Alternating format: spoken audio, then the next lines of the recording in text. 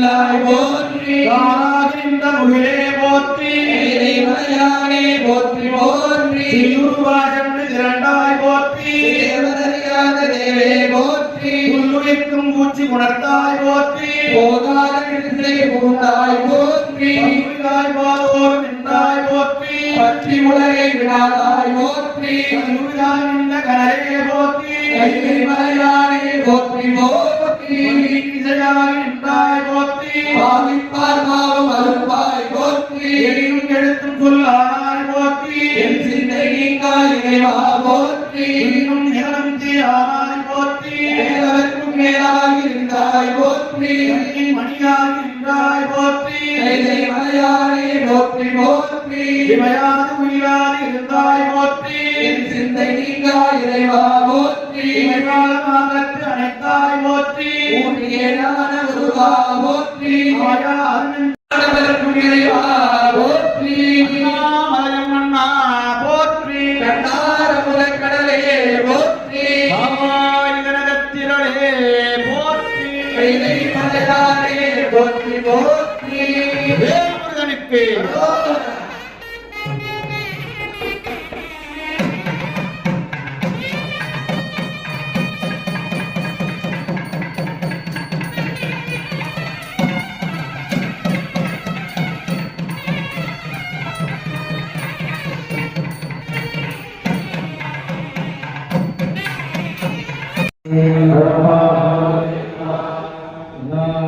சிவனே போற்றி நாட்டவர்க்கும் இறைவா அவரே போற்றி ஏகம் பத்துரையந்தாய் போற்றி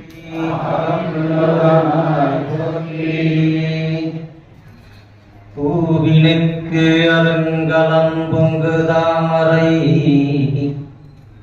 ஆவினுக்கு அருங்கலம் அரணஞ்சு ஆடுதல் கோவினுக்கு அருங்கலம் கோட்டம் இல்லது நாவினுக்கு அருங்கலம் நமச்சிவாயரே எல்லாம் அல்ல ஞானமே வடிவாகிய ஞானவான் ராஜ பெருமானுடைய திருவடி வணக்கம் திருக்கைலாய பரம்பரை திருபாவளது ஆகிய மெய்கண்ட சந்தா விவசாயமூர்த்திக திருவடியை போற்றி வணங்கும். இன்றைய தினம் குருபூசை திருநாள் மகரத்தாயினார் குருபூசை திருவிழாவிலே இன்று 5ஆம் திருநாள் நடைபெற்றுக் கொண்டிருக்கின்றது. இன்று திருக்கோயிலெல்லாம் காலையிலே பொன்னுலவாக்கிளி அந்த பொற்கிளி இன்றைக்கு ஓதுவாங்கத்துக்கு ஒரு 4 பேருக்கு கிடைத்தது. என ஞானசந்த பெருமான் தன்னுடைய தந்தையார் வேள்வி செய்ததற்காக இந்த ஊரிலே தளத்திற்கு வரும்போது 1000 பக்காசுகள் கொண்ட ஒரு பொற்கிளி ஞானசந்த பெருமானுக்கு கிடைத்தது. அது அந்த பதிகம் பாடினார். அந்த ஒரு பாடல் பாடியன்னா அந்த பொற்கிளி கிடைத்தது. அந்த பொற்கிளியை கொண்டு தந்தையார் வேள்வி செய்தார். இதெல்லாம் நாம் நினைத்து பார்க்க வேண்டும். ஏன்னா வாழ்க்கையிலே வாழ்வதற்கு நமக்கு பொருள் தேவைப்படுது. பொருள் இல்லாவிட்டால் எவ்வளோ கஷ்டப்படுறோம் பாருங்க. அந்த வாழ்க்கை எல்லாமே பொருள் தான். எல்லாம் மனிதனாக பிறந்தவனுக்கு நமக்கு பொருள் தேவை. பொருள்னா எவ்வளோ கஷ்டப்பட வேண்டியது. படிக்க போனாலும் நம்ம பள்ளிக்கூடத்தில் பணம் கட்டி தான் நம்ம படிக்க வேண்டியது. சாப்பிட்டாலும் நமக்கு பணம் தான் வேணும். ஒரு விவசாயம் பண்ணாலும் பணம் தான் வேணும். இந்த விவசாயம் சும்மா போய் பண்ண முடியாது. பணம் இருந்தால் தான் இந்த நெல்லை வாங்கி அது விலை வச்சு கூலி ஆடு அதெல்லாம் வச்சு நம்ம செய்ய முடியும். எல்லாத்துக்குமே பொருள் தான். அந்த பொருள் இல்லைன்னா இந்த உலகத்திலேயே வாழ்க்கை இல்லை. எல்லாமே என்னை பாரு, பொருள் இல்லாவிட்டால் இந்த மனிதன் இந்த உயிரை தற்கொலையே செய்து கொள்கிறான். தற்கொலை செய்துட்டா உயிர் அழிந்து போயிருமா? அழிந்து போகும். உடம்பு தான் அழிமையிலே உயிர் அழியாது. இறைவன் என்று இருக்கின்றானோ அந்த உயிர்கள்லாம் இருக்கின்றன. உயிர்களை யாரும் படைக்கவில்லை, இறைவன் படைக்கவில்லை. இறைவன் படைத்து இந்த உலகத்துக்கு நமக்கு படைத்து கொடுத்த அந்த உயிர்கள் வாழ்வதற்காக. உயிர் என்றும் உள்ளது, இறைவனை போல என்றும் உள்ள அந்த உயிர். ஆனா என்ன, நாம எல்லாம் அந்த உயிர் இறைவன் குற்றமில்லாத, நாம எல்லாம் மும்மல குற்றம். ஆனவன் கண்மண் மாய் மும்மல குற்றம். ஏன்னா இந்த உயிர் ஆனமலத்திலே அழிந்து கடந்தது. எதுவுமே தெரியாது, கண்ணு இல்லை, காது இல்லை, மூக்கு இல்லை, வாயில உடம்பு இல்லை, எதுவுமே இல்லாம இந்த அறியாமையில மூழ்கி கிடந்த இந்த உயிருக்கு பெருமானுடைய கருணையினால இந்த உடம்பு நமக்கு கிடைக்குது. இந்த உடம்பெல்லாம் மாயதான். மாயம் பிறப்பருக்கும் மன்னனடி போற்று என்று மாணிக்கவாசன் திருவாதிரைப்பட இந்த மாயை தான் நம்ம மயக்குகிறது. எல்லாமே மயக்குது. மண்ணாசை, பெண்ணாசை, புண்ணாசை எல்லாமே நம்ம மயக்கி நம்ம வினைகளை மீண்டும் மீண்டும் நம்ம வினை நம்ம சேர்த்து பிடிக்கும். வினையை நீக்க வேதற்காகத்தான் இறைவன் நமக்கு இந்த பிறவி கொடுத்திருக்கிறான். அந்த பிறவி உயர்ந்த ஒரு பிறவி மனித பிறவி. இந்த மனித பிறவிகளை நாம் இருந்து கொண்டு இறைவனை நாம் வணங்க வேண்டும், அடியார்களை வணங்க வேண்டும். இந்த திருமுறைகள்லாம் நம்ம காதார கேட்க வேண்டும். திருமுறை பாடம் காதார கேட்கணும். சரியாக கேட்ட சரியாக பெண்மின் இந்த திருநாசாமி சொல்வது போல இந்த சரியாக நம்ம காதார கேட்கணும். கேட்காதான் நம்முடைய வினையெல்லாம் கடியும். நம்முடைய வினை எவ்வளவு இருக்குன்னு நமக்கே தெரியாது. நம்ம ஏதோ வாழ்ந்து கொண்டிருக்கிறோம். இந்த உண்பதும் உறங்குவதும் உடுத்துவதுமாக நம்முடைய காலங்கள்லாம் கழிந்து கொண்டிருக்கிறது. நம்ம எவ்வளவு சாப்பிட்டோம்னு நமக்கே தெரியாது. எத்தனை கிலோ, எத்தனை டன், எத்தனை சாப்பிட்டோம்னா இவ்வளவு தெரியும். அது வாட்டு சாப்பிட்டுட்டு தூக்கமா தூங்கிட்டே இருக்கும். காலையில எந்திரிக்கணும்னா எந்திரிக்க மாட்டேங்குது. எந்திரிக்கிறது மனசு வர மாட்டேங்குது. தூங்கு காலையில் எந்திரிப்பா 5 மணிக்கு 5 மணிக்கெல்லாம் எந்திரித்து குளித்து முடிக்கிட்டு கோயிலுக்கு போய் இல்லை திருநீர்கள் அடிந்து இறைவனை வணங்கணும். ஏன்னா இல்லை வழக்கம் மறந்து போகுது. அந்த எடுத்து சொல்லணும். அவெல்லாம் காலையில சீக்கிரமா எழுந்திருக்கணும், திருநீர் அடைந்து திருக்கோவிலை சேர்ந்து இறை வழிபாடு நம்ம எல்லாம் மறுபடியும் நம்ம செய்யணும். இதுக்காகத்தான் இறைவன் நமக்கு இந்த உடம்பை கொடுத்திருக்கிறான். இந்த உடம்பை அழியக்கூடியதுதான். திருமுறை அதுக்குமே சொல்கிறார். திருமுறை 3000 ஆண்டுகள் இருந்து ஆண்டுக்கு ஒரு பாடலாக பாடப்பட்டது அந்த திருமந்திரம். இந்த திருமந்திரம் நமக்கு 10ஆம் திருமுறையாக நமக்கு கிடைத்திருக்கிறது. அது அருமையான பாட்டெல்லாம் நமக்கு சைவ சித்தாந்த கருத்துக்கள், மருத்துவ பொருத்த குறிப்புகள்லாம் நிறைய அடங்கியிருக்கின்ற அந்த திருமுறைகளை முப்பொருள் மேல அருமையாக சொல்லுகிறார். பதி பசுபாசம் என பகர் 3 பதிவினை போல் பசுபாசம் ஆதி. பதி என்றால் இறைவன் ஒருவன் தான், கடவுள் ஒருவர் தான். எல்லாரும் கடவுள் கடவுள் நம்ம சொல்லிட்டு நவக்கரங்க கடவுள், திருமால் கடவுள், பிரம்மன், இந்திரன், சந்திரன் எல்லாமே இவர்களும் ஒரு காலத்தில் அழியக்கூடியவர்கள். ஊழி காலத்தில் எல்லாமே அந்த ஊழி இந்த ஒருவனை ஏழை குங்காரனை பாடல்கள் இருப்பவர் இந்த மணிவாசனை ஒரே கடவுள் தான், சிவருமான ஒருவர் தான் கடவுள். அந்த பெருமானை தான் நம்ம எல்லாம் வணங்க வேண்டும். இந்த வணங்கினால்தான் நம்முடைய இந்த பிறவி எல்லாம் நீங்கும். பிறவி என்பதே ஒரு நோய் தான். எல்லா நோயும் டாக்டர்கள் தீர்த்து வைக்கிறார். இந்த பிறவி நோயை மட்டும் தீர்த்து வைக்க முடியாது. அது இறைவன் ஒருவனால் தான் முடியும். அந்த நோய் நம்ம தீர்ப்பதற்காக இறை வழிபாடு நம்ம இந்த பிறவியாக நோயை நம்ம தீர்க்க வேண்டும். பிறவி என்பது ஒரு பெரிய கடல் போன்றது. எவ்வளவு பிறவி எடுத்தோம் நமக்கே தெரியாது. பிறவி பெருங்கடல் நீந்தார் இறைவனடி சேராதான் என்று சொல்வது. பிறவியாக பெருங்கடலை கடப்பதற்கு ஒரு பிறவி நமக்கு இந்த மனித பிறவி கிடைத்திருக்கிறது. மனித பிறவி அருமையான ஒரு பிறவி என்று திருநாவுக்கரசர் தேவாரத்திலே பாடுகிறார். குடித்த குரும் கவி சிவாய் உண்ணி சிரிப்பும் படித்த சடையும் பவளம் போல் மேலியில் பால் மண்ணீர் மினித்த மணி விழுத்த ஒற்பாதம் காணப்பட்டார். மனித பிறவியும் வேண்டுவதே இந்த மாநிலத்தில் மனித பிறவி நமக்கு கிடைக்கலாம். எத்தனையோ பிறவிகள் பிறந்து கிடைத்திருக்கும். இதெல்லாம் நம்ம நினைத்து பார்க்கணும். இதெல்லாம் நம்ம நினைத்து பார்க்காதே இல்லை. ஏதோ நம்ம மனித பிறவி இதான் நமக்கு ஆடு கிடையாது, மாடு கிடையாது, பூனை கிடையாது, பிறையெல்லாம் பார்க்குறோம், விசேஷந்தக்கெல்லாம் பார்க்குறோம். தேடு, பூரா, பாம்பு, பள்ளி இவ்வளவு 24 யோனி பிறப்புக்கு அவ்வளவு பிறப்புக்கு நம்ம பிறந்து இருக்கிறோம். உருவாக கூட பிறந்து இருக்கிறோம். உருவாய் பிறக்கும் முன்னாடியே மனத்தை உணவாதிருக்க மறந்துட வேண்டும் என்று தேவாரத்தை தான் பாடுகிறான். இதுபோல நம்முடைய வினையை நாம தான் நீக்க வேண்டும். இந்த வினை எவ்வளவு இருக்கு, சஞ்சித வினை எல்லாம் எவ்வளவு இருக்கு நமக்கு தெரியாது. இதெல்லாம் முன்பு செய்த வினை இந்த பிறவிகளை செய்தவன்னு நமக்கு தெரியாது. ஏன்னா இந்த உலகங்கள்லாம் பார்க்குறோம். கிருதயுகம், திரேதாயுகம், துவாபரயுகம், கலியுகம், இதுவே 4 யுகங்கள். இதுக்கு முன்பு எத்தனை யுகங்களோ முடிந்திருக்கிறது. அதெல்லாம் நம்ம நினைச்சு எத்தனையோ கோடி ஆண்டுகள் பிறகு நமக்கு இந்த மனித பிறவிலாம் கிடைத்திருக்கிறது. பாக்கி உயிர்கள்லாம் அப்படி இருக்க போதில்லை. மரம் செடி கூட மரமா பிறந்தா பாருங்க ஒரே இடத்துல நிற்கணும். இங்கிட்ட அசைக்க முடியாது, இங்கிட்ட அசைக்க முடியும்.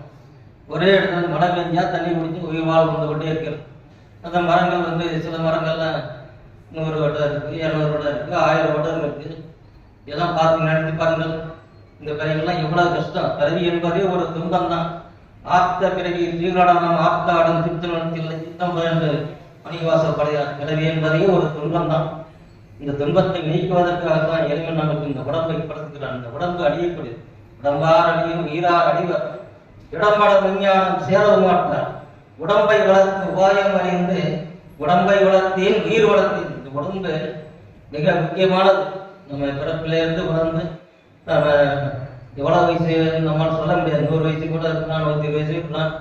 திருமூலர் பார்க்கும் 3000 ஆண்டுகள் இந்த கருத்து இருந்திருக்கார். இந்த உடம்பை வைத்துக் கொண்டுதான் நம்முடைய வினையெல்லாம் கழிக்க வேண்டும். அதுக்காக நம்ம கஷ்டம் வந்துருச்சு அதை வச்சு நம்ம தற்கொலையெல்லாம் செய்து கொள்ளக்கூடாது. கஷ்டம் வந்துச்சுன்னா கஷ்டம் வரத்தான் செய்வேன். அதை நம்ம போக்கணும். போக்குவதற்காகத்தான் நமக்கு இறைவன் நமக்கு இந்த அறிவெல்லாம் கொடுத்துக்கிறான். ஆகையால் நம்மால் முடிந்த அளவு நம்மால் தான தர்மங்கள்லாம் நம்ம செய்ய வேண்டும். புண்ணியங்கள் செய்ய வேண்டும். ஏன்னா புண்ணியம் செய்தாதான் வாழ்க்கையை நம்ம சந்தோஷமா வாழணும். ஏன் பாவம் செய்தோன்னா பாவத்தையும் பண்ண நம்ம துன்பத்தை அனுபவிக்கிறோம். பாவம் எப்படி எப்படி பாவம் இருந்தாலும் நம்ம துன்பம் வருகிறது. எந்த பாவம் செய்யறோம்னு நமக்கே தெரியாது. ஒருத்தனை கொலை செய்தாலே பாவம், அவனுக்கு துன்பத்தை செய்தாலே பாவம். இப்படி அவனுக்கு பொறாமை ஆசை கோபம் இதெல்லாம் இருக்கு. வள்ளுவரை சொல்கிறார், அழுக்காறு அகாபவில் இந்நாட்கள் நான்கும் எழுக்காகின்றது அருள் என்று சொல்வது போல பொறாமை மனிதன் பொறாமைப்படுகிறான், ஆசைப்படுகிறான், கோபப்படுகிறான், தீய சொல்லலாம் சொல்றான். இதெல்லாம் சொல்ல அவன் நீக்க வேண்டும். இதெல்லாம் நீங்க நம்முடைய இந்த பாவங்கள்லாம் நீங்க நம்ம புண்ணியம் கிடைக்கும். புண்ணியத்தின் பயனாக திருமூலர் 4 வகையான தர்மங்களை அருமையாக சொல்லுகிறார். அதெல்லாம் நம்மால் முடிந்த அளவு கடைபிடிக்க வேண்டும். அவருக்குமா இறைவனுக்கு ஒரு பச்சிலை மனிதனாக பிறந்த நம்ம எல்லாம் இறைவனுக்கு ஒரு வில்லை சாத்தினாலே பெரிய புண்ணியம் கிடைக்கும். யாவருக்குமா பசுவிற்கு ஒரு வாய்வழி. அந்த பசுவிற்கு நம்மால் முடிந்த அளவு தொண்டு செய்தாலே புண்ணியம். ஒரு கைப்படி புல் கொடுத்தாலே பெரிய புண்ணியம். இன்னைக்கு பல இடங்கள்லாம் கோசாலையெல்லாம் வைத்திருக்கிறார்கள். நம்ம ஆயிரக்கணக்கான மாடுகள்லாம் கோசாலையில வைத்து வளர்த்து வருகிறார்கள். அந்த பசுவை இன்னைக்கு கொல்றார்கள், கொன்று தின்கிறார்கள். தின்றதெல்லாம் ஒரு உயிரை கொன்று தின்பது ஒரு பாவம். வள்ளுவரை சொல்கிறார், கொல்லான் கொல்லானை மறுத்தானை கைகூட்டு எல்லா உயிரும் எந்த உயிரையும் நாம கொல்லக்கூடாது. அதை நாம நினைத்து பார்க்க வேண்டும். மனிதனுக்கு சாப்பிடுவதற்கு உணவாக கிடைக்கவில்லை, இயற்கையான உணவு நமக்கு கிடைத்திருக்கிறது. அரிசி, நெல், பருப்பு, கோதுமை எல்லாமே நமக்கு கிடைக்கிறது. இதை விட்டுவிட்டீங்க அடுத்த உயிர் கொள்ள நம்ம உயிர் ரொம்ப இந்த உடம்புல ஒரு ஊசி குத்தா எவ்வளவு வழி தாங்க முடியாதா தாங்க முடியும். அதுபோல மற்ற உயிர்கள் துன்பத்தை நம்ம உணர வேண்டும். மற்ற உயிர்களை கொன்று தின்பது பாவம். அதனால அந்த உயிர்களால் கொன்று தின்னாமல் நம்மால் முடிந்த அளவு புண்ணியங்களை செய்ய வேண்டும். அவர்க்குமான் உண்ணும் போது ஒரு கைப்படி யாரா இருந்தாலும் பசின்னு வந்தால் அவர்கள் சாப்பாடு போடுவது பெரிய புண்ணியம். இந்த புண்ணியங்கள்லாம் நம்மால் செய்யணும். என்ன காரைக்கிழமையெல்லாம் பாருங்க, வருகின்ற அடியார்களுக்கெல்லாம் தினந்தோறும் அன்னமிட்டார். ஒரு நாள் அவர் வீட்டுக்கே சோறுமாறி எழுந்துட்டார் பாருங்க. இப்படி ஒரு அம்மையார் அன்னதானம் போட்டுக்கின்றது. அந்த கடையில ஒரு வியாபாரி 2 மாம்பழங்களை கொடுத்து அந்த மாம்பழங்களை கொடுத்து ஒரு திருவிளையாடல் செய்கிறார் சிவபெருமான். இந்த ஒரு குளத்தை ஒரு குளம் தான் இருக்கு. ஒரு குளத்தை சிவனடியார் கொடுத்து விட்டார். அந்த ஒரு குளத்தை இந்த குளம் சுவையாக இருக்கிறது. இன்னொரு குளம் கேட்கும் போது இந்த அம்மையார் என்ன செய்வது என்று சொல்லி இறைவனுடைய வேண்டி கேட்கிறார். ஒரு பழம் கையிலே வந்து விட்டது. அந்த பழத்தை அந்த முத்தன் அதனை ஏதாவது அதை சாப்பிட்டோம்னா இந்த பழம் அதை விட அதிகமா ருசி எப்படி கிடைத்தது என்று கேட்க, இது இறைவன் கொடுத்தது என்று சொல்ல அவன் நம்பவில்லை. மீண்டும் சரி இறைவனிடத்திலே அந்த பழத்தை கேட்டான். அந்த அம்மையார் கேட்டவன மீண்டும் ஒரு பழம் கிடைத்தது. அந்த கையில வாங்கினா டக்குன்னு மறைஞ்சி போட்டு. இதெல்லாம் பார்த்து அந்த அம்மையார் அந்த கணவர் வேற ஒரு மனைவியை திருமணம் செய்து கொண்டார். இதெல்லாம் வாழ்க்கை வரலாறு நாம் பார்க்கிறோம். ஏனென்றால் இறைவனை நம்ம பக்தி நம்ம செய்யணும். பக்தி செய்யதான் நமக்கு இறைவனுடைய அருட்காட்சிகள். நம்ம ஏன் இறைவனை பார்க்க முடியவில்லை என்றால் அந்த வினை வந்து தடுக்கிறது. பாவமும் வினைதான், புண்ணியமும் வினைதான். இரு வினைகளும் நீங்க வேண்டும். இந்த இருவினை நீங்காதான் நாம் இறைவனை பார்க்க முடியும். அதுக்கு திருக்கடுகுன்றத்தில் அருமையான பாடல் பாடுகிறார் மணிவாசக பெருமான்.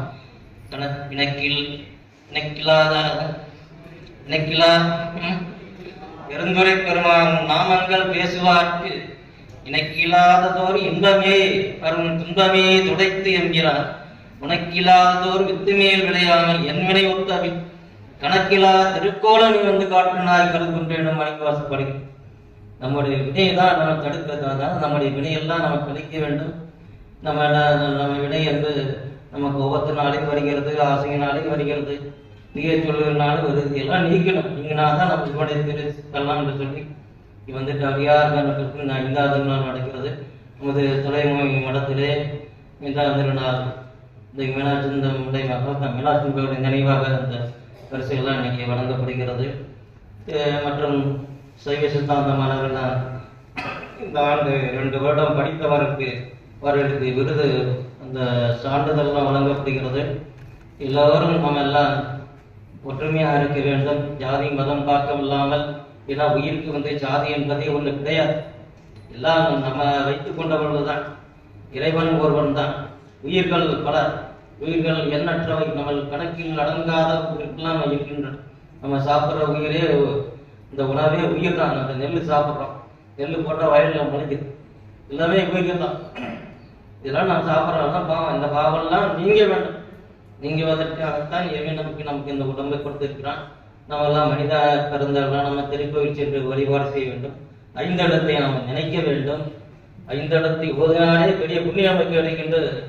திருமுறையெல்லாம் நமக்கு எடுத்து காட்டுகிறது. ஏது ஒன்றும் அறிவிலராக ஓதி 5 இடத்து உணர்வார்கள் ஏதமின்றி அவரவர் உள்ளத்தை மாதந்தாமும் மணிகழ்வார் தேரதை என்று திருமுறை எல்லாம் எடுத்து காட்டுகிறது. 5 இடத்து திருநீர் அணிய வேண்டும். திருநீர் அணிவதை பற்றி திருமுறை அருமையாக சொல்கிறார். கங்காலம் போசும் கவசத்தினின்று கங்காமல் பசி மகிழ்வறியாமாகி கங்கா விடைகளும் சாரம் செய்து சிங்காரமான திருவடி சேர்வரை நம்முடைய திருவடி சேரணும். திருநீர், இந்த 5 இடத்து உத்தராக்கம், இதெல்லாம் நம்ம அணிய வேண்டும். அணிந்து நம்ம கடைபிடித்து வந்தோம்னா இந்த ஆன்மா நம்ம தூய்மையடைவதற்காகத்தான் இவ்வளவு நம்ம வழிபாடுதான் செய்கிறோம். வள்ளுவரை சொல்கிறார், மனத்துக்கண் மாசிலன் ஆதல் அனைத்து அரண் ஆகலும். எல்லா அறங்களையும் சிறந்தது இந்த மன தூய்மை. மன தூய்மையோடு இருந்து கொண்டுதான் நம்ம வழிபாடுகள் செய்தோம். நம்ம இந்த பிறவிகள்லாம் நீங்கும். நம்ம எவ்வளவு பிறவி எடுத்தோம் நமக்கே தெரியாது. திருப்புகள்ல அருணகிரிநாதர் சொல்ற ஒரு பாடல், 7 கடலை மணலை இளவிடன் அதிகம் எனது இடப்பிறவியாதான் 7 கடலை மணலை எண்ணிய நாடம் என்னுமிடமிட்டன் நம்முடைய பிறவியை நம்முடைய பிறவி நாம் பிறந்து இழந்திருக்கிறோம்.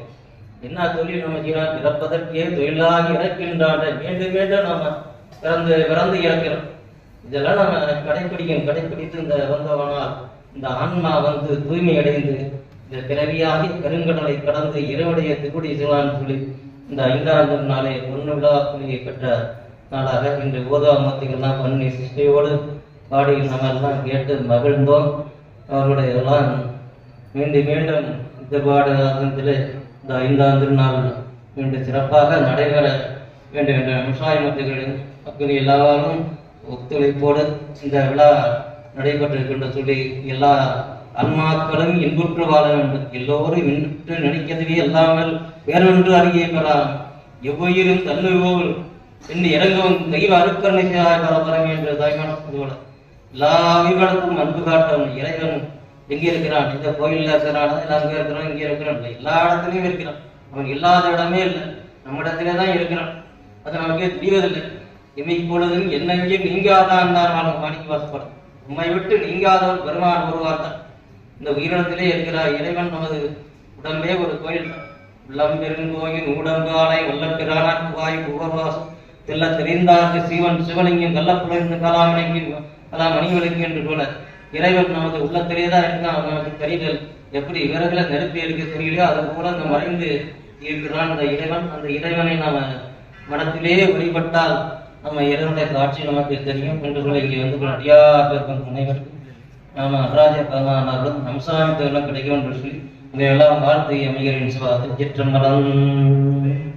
ஆறுதலந்தோள் வாழ்க அருமுகம் வாழ்க வெற்றி கூறுகை அடிவே வாழ்க புக்குணம் வாழ்க